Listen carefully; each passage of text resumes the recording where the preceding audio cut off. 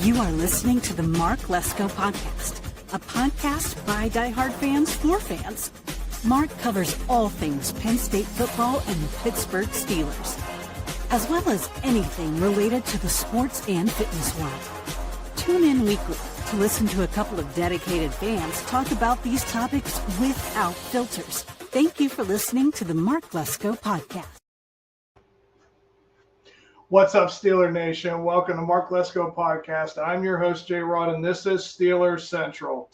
Well, let's do the kickoff, and we're going to start with the training camp thoughts overall for the first week. You know, you heard the stories that Aaron Rodgers threw his first pass as an interception, and then as the weekend went along, I think he's starting to make some great connections. He's got a lot of good rapport with a lot of the players. They keep saying that he is just a guy, and he's not like the hyped up A-lister guy that we thought he would be. I'm very much happy to hear those words, to know that we're not worrying about what he was in terms of his personality. We're looking at who he is, what he's doing for these players. It seems like guys like Mason Rudolph and Will Howard are soaking up all they can from this guy, and he's more than willing to do that. So it's great things to hear that he has got good rapport going with the team. Guys like Darnell Washington are having great training camp numbers. Of course, seeing things on the defensive side, Jalen Ramsey is absolutely showing that he is still this great version of himself. So, I mean, everything seems to be going okay. Now, having said that, the big topic that I bring up is knowing that the offensive line was the thing that we're going into, knowing that it's going to be a problem, and it already is. Broderick Jones apparently has some sort of soft tissue problem, and they needed to have Dylan Cook substitute for Calvin Anderson because he just went out there for one series, and now Cook is the left tackle guy. I don't understand how in the offseason we kept hearing all the stories about, well, we needed to bring Rodgers in. We needed that solid quarterback option. We then needed to address the, cornerback issue, and we needed to then look at WR2. We heard all of these things that needed to be addressed, and I never really heard any offensive line talks. I never heard of anybody, going out and trying to find the solid player that you need for the offensive line. I mean, Isaac Seumalo and Zach Frazier are basically your only reliable guys. Now, we don't know about Troy Fautano. We don't know what he's going to look like at the beginning of the season, but having an entire season of an injury that he had to deal with, I don't think he had a whole lot of time to prepare to know what it's going to be like. So I just know that the Broderick Jones thing has been an issue ever since his sophomore year. I know his first year he was very good, and he had, solid numbers, and it was like, okay, we got some stability there. And then it all went away. I mean, these last 2 years, it's been showing like, well, he's not the most reliable guy. He doesn't put a whole lot of effort into this, and you see how he kind of dies off when the play starts. And it's knowing that those were glaring issues, and we just wanted to hope that the problem would fix itself. And if anybody knows those types of problems in your life, you know how those always turn out great. It's like a 10%, guarantee that's going to change, or it's going to go the way you want. And again, no one wants to ever admit that a first round pick is a bust. No one ever wants to admit that. The Pirates certainly never want to admit that with Henry Davis, but that's the situation they're dealing with. And for all we know, this could be ours again. We had one many years ago with Devin Bush. We all knew what we did to move up to get him, and we saw maybe like half a season, full season of the 4 or 5 years that he just could not hold the load, and he didn't show up half the time, a good 75% of the time. And yeah, this is kind of what we're dealing with Broderick Jones. And it just amazes me that the team does everything it can to fill up the pieces to make themselves, contenders. And then you hear the problems that they have that need to be addressed, and they don't have any kind of solid solution for it. I don't know. The whole issue with the offensive line has been a problem for the last couple years. And you can't have a problem like that, especially with an older quarterback. I know that he still has some movement, but all it takes is one hit for a guy that age to go on the IL again.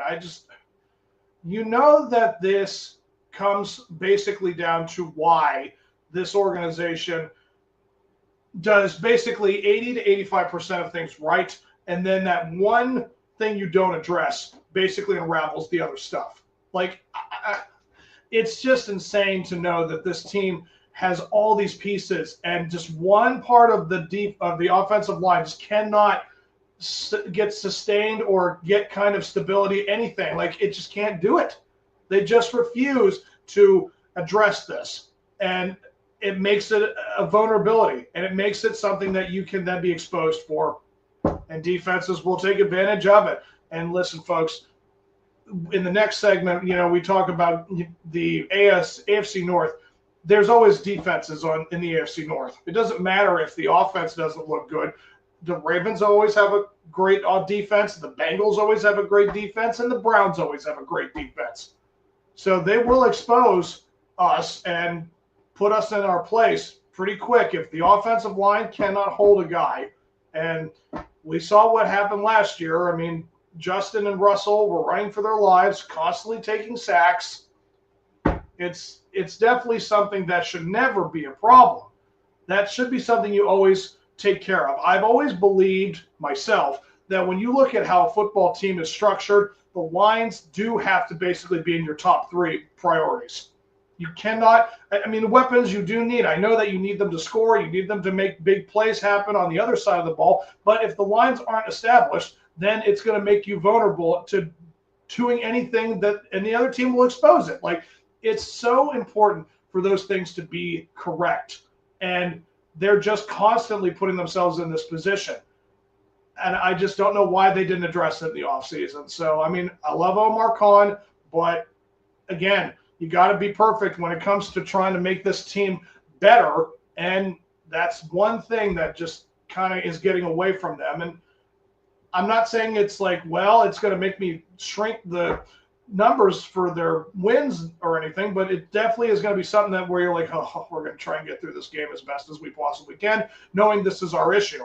And yes, you have seen that they can outscore a team. They did it against the Bengals last year. They had that sensational game against the Commanders. They can win big games when it matters, regardless of their issues. But this is a problem that needs to be addressed. And can they do that before the season starts? I'm not sure exactly, but there's still time. So that's my 2 cents on the kickoff with so the next topic is we're going to be going through games 5 through 8 preview. So let's take a look now at this part of the schedule. So far I have the team going 4-0, according to me. So the games 5 through 8 are thus. In game 5, you are home against the Browns, October 12th, 1 o'clock kickoff. The Browns always play us tough, or we always let them play us tough. You see like how it's gone back and forth all the last few years, and they've had our number, we've had their number. It's just, it should not even be a question that we should be better than this team. But they keep having the guys they have, and Myles Garrett has to always be the most important player on the defense in the NFL. He has to be, because ESPN said it, and if ESPN says it, then it must be true. That it has to be the facts. Listen, you players can vote on whoever you think is the most intimidating looking dude. And yes, Myles Garrett is a freaking specimen of a human being. There's no denying that. But the results are always that TJ just has the collective overall playing abilities like he has. I don't think there's anyone that has the instinct and the ability to do something on that field better than TJ. So I know that the Browns always have a very strategic idea defensively, but you're going to be going through the quarterback carousel that they have put themselves in. I would love nothing more than to have Shedeur Sanders go on that field against our defense and just watch him run all over the place, because I don't know how they would be able to survive it. It would be a real fun thing. But no, Kenny Pickett could very well be an option. Joe Flacco. It's insane. There's so many names that it could be, but yeah, that should be a W. That should be. I mean, home against the Browns, yeah, that should be a good one. So we'll start the season 5-0. The Steelers at the Bengals. That is a Thursday night game. So we have a 4-day break. And those are always trap games. Thursday nights are always trap games for the Steelers, no matter who they play. But it is also against the Bengals in Cincinnati. So I'll be realistic, and I will say, knowing what they're going to go into with a short break, I think that's going to be an L. That'll be the first L of the season, and we will be 5-1 after that game. It's not like it's going to be a competitive game. I think they're going to still have a good showing, and they're going to play them tough. But we know what Joe Burrow is capable of, and we know what, Jamar Chase and T. Higgins, we know what they have. So it's definitely one of the tougher offenses to deal with, and it will be there, so it'll be an L. Then we have our home game against the Packers on the 26th, and I believe that will be then a Monday night game, big showcase, of course, for Mr. Aaron Rodgers' former team. So could this very well be a foreshadowing for the playoffs or the Super Bowl?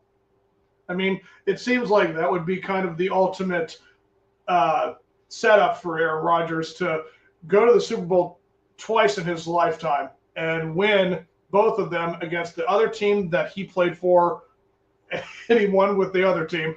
I think that'd be the craziest thing to ever be witnessed. But yeah, it's going to be a really close game. I mean, Matt LaFleur, Jordan Love, I mean, they play you smart. I mean, so having it be home against the Packers, I'm going to give it a close game, but I'm still going to say that's a W. So we're going to go 6-1 so far in the season.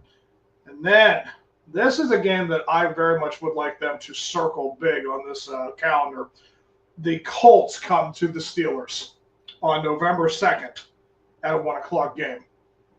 I very much want them to treat this game like it's a playoff game, because I'm sick of losing to the Colts. I am so sick of watching that team just find new ways to put us in our place, never make it look good. It's an ugly loss all the time.